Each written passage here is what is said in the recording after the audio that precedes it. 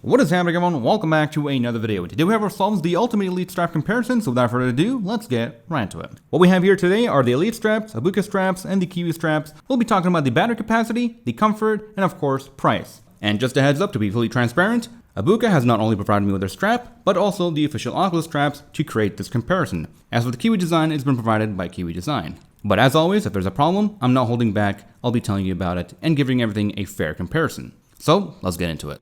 Starting with the official Elite straps. So the Elite strap, it's known for its comfort, its price, and most importantly, or should I say infamously, the breaking strap issue, which usually happens right around here.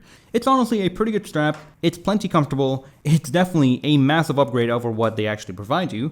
Of course, they're trying to cut costs. I mean, they're selling you a VR headset for $300, and that's with 128 gigabytes, 2 controllers, full room scale technology, hand tracking, and just an insane amount of features built into a small little headset. Again, for $300. So it kind of makes sense why they're selling the strap separately. But at the same time, if you think about it, maybe that's whole part of the plan, to get you to buy new straps every time it breaks.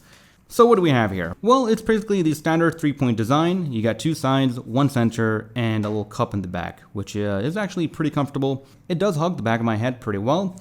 It's kind of secured with these little 2 points, and it does a pretty good job. This part is pretty solid. However, the sides themselves are pretty flawed, and it's mostly because of the design. And now, it is said that OCULUS has fixed the issue or replaced the materials with something else, and it still seems like people are still having issues since last week. It's a pretty straightforward design. It looks clean. It's got a nice mechanism on the back to tighten it and loosen it. You can kind of push it in and tighten it that way if you'd really like, even though it's really not recommended. It's a pretty straightforward design. It looks nice. It's very clean. It can get pretty compact. And it feels like it is a solid piece of hardware. You read stories about it, you get it anyways, you start playing around with it, and like many other stories, you think that you're one of the few lucky people, use it for a couple months, and it breaks. That's how it usually goes. It might be 1 week, it might be a month, it might be a couple months.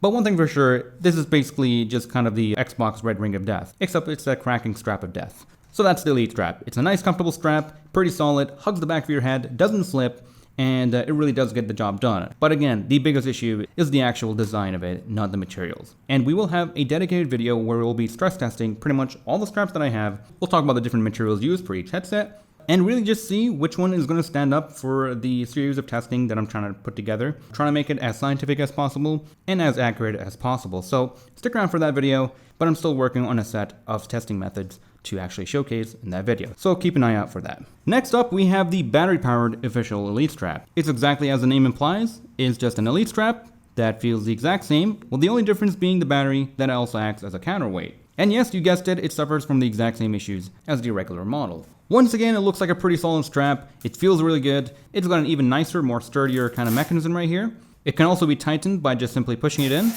which again, not recommended. And the mechanism here does feel a little bit better. And overall, you think it's going to last, but eventually it's going to meet the exact same fate as the regular model. Now, if you were to ask me which one I prefer more, well, it would have to be the regular model for some reason. I just find it to be more of a refined experience. It kind of hugs my head better, but this is all subjective and it really just depends on you. And next up, we have the Elite strap alternative, which is the Aubika Elite straps. They both have a battery version, a regular version, and they almost perfectly mimic the Elite straps at near half the price. So let's take a look. So the regular Aubika strap and the official Elite strap are very similar in terms of proportions, in terms of design, except for one major part, and that would be the actual padding. The padding here is actually the exact same. However, the way it actually interacts with the back of your head is very different. I did go ahead and measure all the proportions, and they do meet up pretty well. And the same goes for the actual width between the 2 side straps, which is about 18 millimeters, which is important later on in this video and future videos. The center straps are very similar. The rear padding rubber is very similar as well. One thing that I do appreciate on the Aubika is actually how easy it is to install and take off. Thanks to this little lip right on the front, it makes life so much easier when you want to go ahead and take apart the strap, because with the official Elite strap, there's almost nothing you can actually grip on, and it's a hassle to actually take off. For most people, you're going to be installing the strap once and moving on, but if you're traveling and you want to take off the strap to pack it up safely, then you can easily do so with this little lip, and honestly, it feels pretty satisfying to click on and as well as take off. But of course, that's not what you're here for. The biggest difference between the two would have to be the actual mechanism on the padding. The rear padding here actually tilts forwards and backwards, which is pretty cool. Now, how well does it work in comparison to the official one? In my opinion, this function kind of gets in the way. For some reason, I don't find myself to be enjoying it as much as the official Elite strap, and it just makes this pad kind of unsure of itself, of where it wants to sit on the back of my head. To put it simply, it just feels like a more sturdier experience with the official strap. So overall, in my experience, again, this is all subjective, the Aubika straps is very faithful to the original design. However, it only captures about 80 to 90% of the overall comfort that the official Elite strap offers. What's important is how much do they cost, and I guess which one is going to last longer. That I can't answer right now, but I can answer it in the future. But at least if you're going to lose some money, you'd rather lose a bit less money if this thing does break. Which I've talked to them about it, and they have reassured me that the whole goal of the Aubika strap is to actually prevent it from breaking like the official Elite strap. They have apparently developed it with that in mind. They have chosen specific materials to specifically make the Aubika strap stronger than the official Elite strap. Now, Oculus did say they have replaced the materials, but it's still having the issue. So again, stick around for the future video where I'll be doing a series of tests to see which one is going to last longest. The official strap is sitting at $40, with the regular price being $50. As for the Aubika, it's currently sitting at $30, with the regular price being around $35.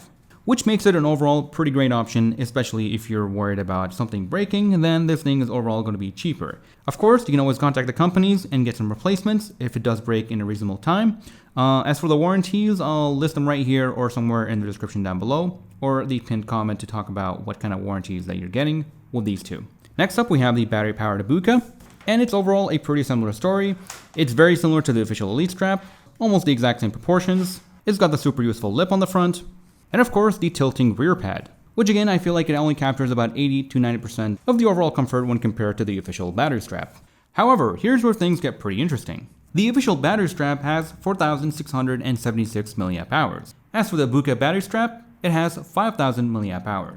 Now, as some of you already know, when it comes to power banks, the rated number is never really the actual output number. 10,000 mAh does not mean it's going to charge your 2,000 mAh battery 5 times. Instead, what it means is the internal battery inside the system is actually 10,000 mAh.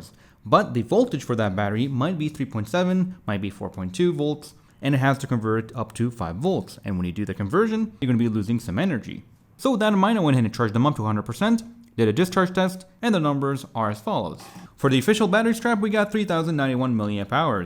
As for the Aubika battery strap, we got 3,353 mAh, which is a decent amount. So if you're just looking for battery life, then the Aubika obviously kind of wins the game.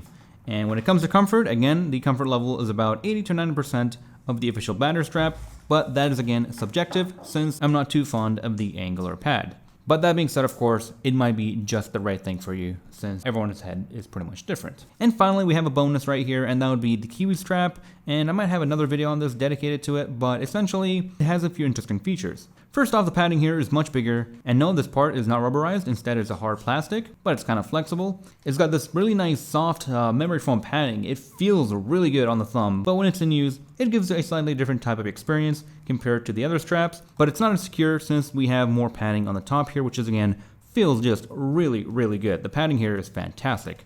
Now, in terms of functionality, the headset here is comfortable. It's going to definitely be an upgrade over the default strap. However, there is one problem that you may face, which is stability. With this headset, the width here is sitting at 20 centimeters compared to the 18 on the official and Aubika Elite straps. And there is so much space, you can actually go ahead and grab the headset like so while wearing it. And how that's a problem is when you actually have it mounted, and when you move your head around in action-packed games, you will have a lot of side-to-side wobble. And since the rear padding here is so forgiving and very broad, it's not going to be the best experience for people with smaller heads. If you have the official case, this thing won't fit, unless of course you pop this part out. And then you can go ahead and shove it in and then just toss that in there. As for price point, this thing is sitting for around $45 US, which is going to be a bit on the expensive side.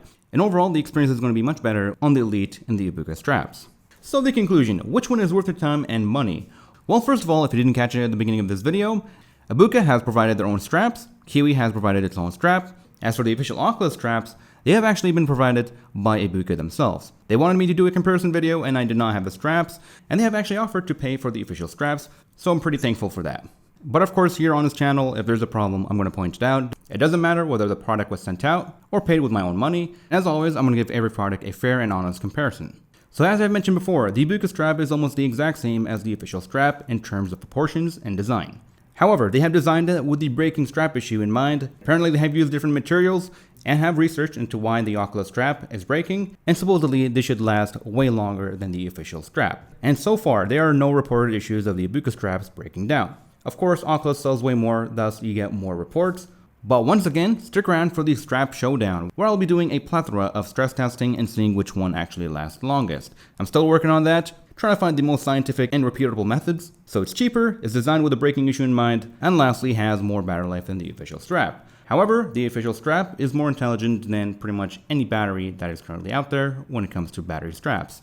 Now of course, OCULUS has full control over that, and is going to require a lot of hacking and development from smaller strap companies, but one thing for sure is that I could definitely recommend the Aubika, especially if you are tight on budget. The OCULUS, well, you know the story. As for the KIWI Design, it's somewhere in the middle where I can't really recommend it as it is too expensive and not as stable as either one here.